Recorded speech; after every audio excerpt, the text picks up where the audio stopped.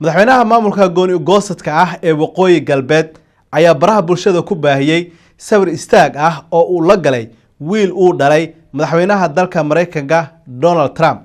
Arintaas ayaa madaxweynuhu wuxuu ku tilmaamay in ay tahay guul siyaasadeed iyo arin diblomaasiyadeed oo aad u weyn oo aqoonsi ay ku helayso maamulka Somaliland.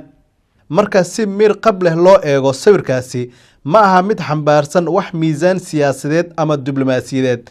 wiilka uu dhalay madaxweyne Trump ma ahan mas'uul xil rasmi ah ka haya dawladda Mareykanka, mana matalo siyaasadda dawladeed ama go'aan ka yimid aqalka cad.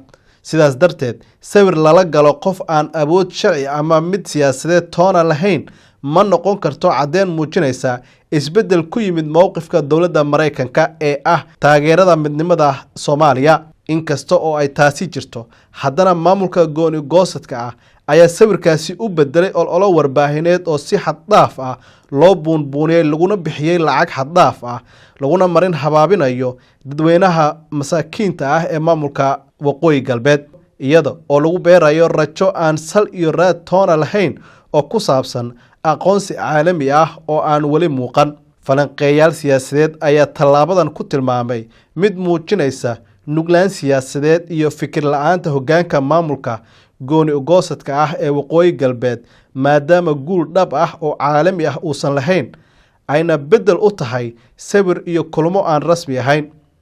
ugu dambeyntii, sawir istaag ah, faan warbaahineed iyo hadallo buunbuunin ah ma bedeli karaan xaqiiqda dhabta ah ee in waqooyi galbeed ay weli ka mid tahay Jamhuuriyadda Federaalka ah ee Soomaaliya.